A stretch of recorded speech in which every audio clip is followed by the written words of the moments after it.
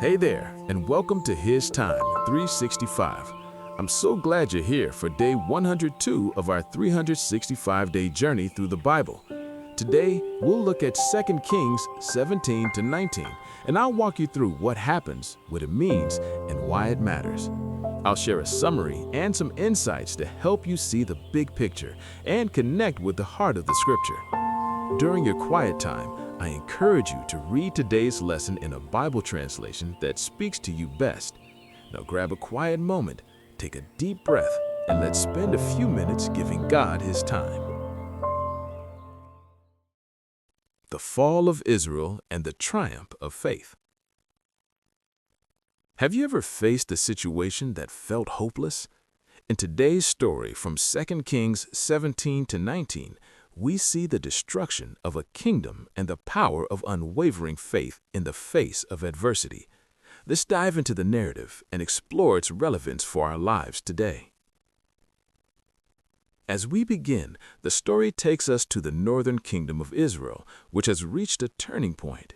The people have turned away from God, engaging in idol worship and ignoring the prophets who warned them of impending judgment. King Hoshea, the last ruler of Israel, is confronted by the mighty Assyrian Empire. They invade and ultimately capture the land, leading to the exile of the Israelites. The scripture tells us they feared other gods, 2 Kings 17:7, highlighting the reason for their downfall. The Assyrians are ruthless conquerors. They don't just capture cities, they uproot and scatter the people. The Israelites are taken away from their homes, and the land is filled with foreign settlers. This led to a blending of cultures and religions, creating a society that strayed even further from the ways of the Lord. The text explains that the Israelites did not listen to God's voice, repeatedly disobeying His commandments. 2 Kings 17:15. Fast forward to Judah, the southern kingdom, where King Hezekiah reigns. He's a breath of fresh air after the dismal legacy of his predecessors. Hezekiah is known for his faithfulness to God and works diligently to restore true worship among his people. He tears down the high places where idols were worshipped and reinstitutes the Passover celebration with great zeal.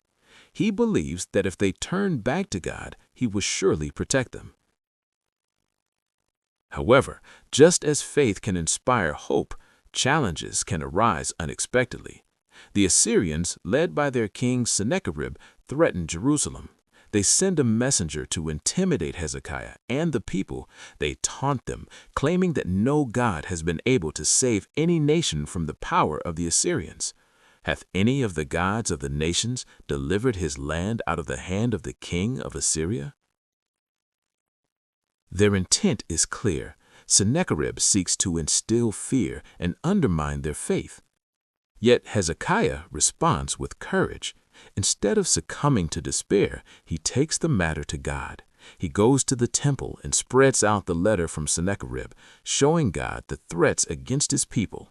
He prays earnestly, asking for deliverance, acknowledging the power of God and His sovereignty. He says, "Thou art the God, even Thou alone." 2 Kings 19:14, demonstrating his deep reliance on God's strength. God hears Hezekiah's prayer. The prophet Isaiah delivers a message of hope. The Assyrians will not enter the city, nor shoot an arrow there. God promises to defend Jerusalem for His own namesake. That night, an angel of the Lord was sent to put an end to 185,000 Assyrian soldiers. The next morning, the people awake to find the enemy camp deserted. The fate of one king led to miraculous deliverance for an entire nation. This story is more than a historical account. It's a powerful reminder of the importance of faith and reliance on God, especially during challenging times. It teaches us that when the storms of life seem overwhelming, turning to God in prayer can bring peace and assurance. In our daily lives, we face our own Assyrian armies. For example, work stress. You might be overwhelmed by a demanding project or a difficult boss. Like Hezekiah, Bringing your concerns to God can provide clarity and strength to navigate tough situations. Family struggles. Family dynamics can be challenging, especially during conflicts. Instead of retaliating or avoiding issues, approach these situations with prayer and seek God's wisdom in handling relationships with love and grace. Financial worries. Economic pressures can feel like an insurmountable wall. When faced with bills that pile up or unexpected expenses, remember to seek God and trust Him with your finances, just as Hezekiah trusted Him with his kingdom. Mental health. Times of anxiety and depression may feel like being besieged by an enemy. Just as Hezekiah spread his concerns before God, don't hesitate to bring your worries to Him. He cares deeply about your well-being. Digital life. The constant barrage of information and negativity online can weigh heavily on our minds. Like the Israelites who strayed from God, we can lose our way if we allow distractions to dominate our lives. Take time to unplug, pray, and reconnect with God. Through these examples, we see that no matter the challenges we face, we can always turn to God. He is our refuge, just as He was for Hezekiah and the people of Jerusalem.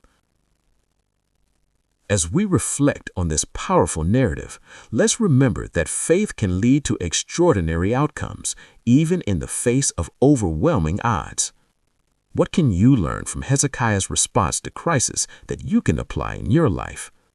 How do you think prayer can change the situations you face daily? In what ways can you actively support your family in their own struggles, drawing strength from your faith? Thanks so much for joining me today for HisTime365.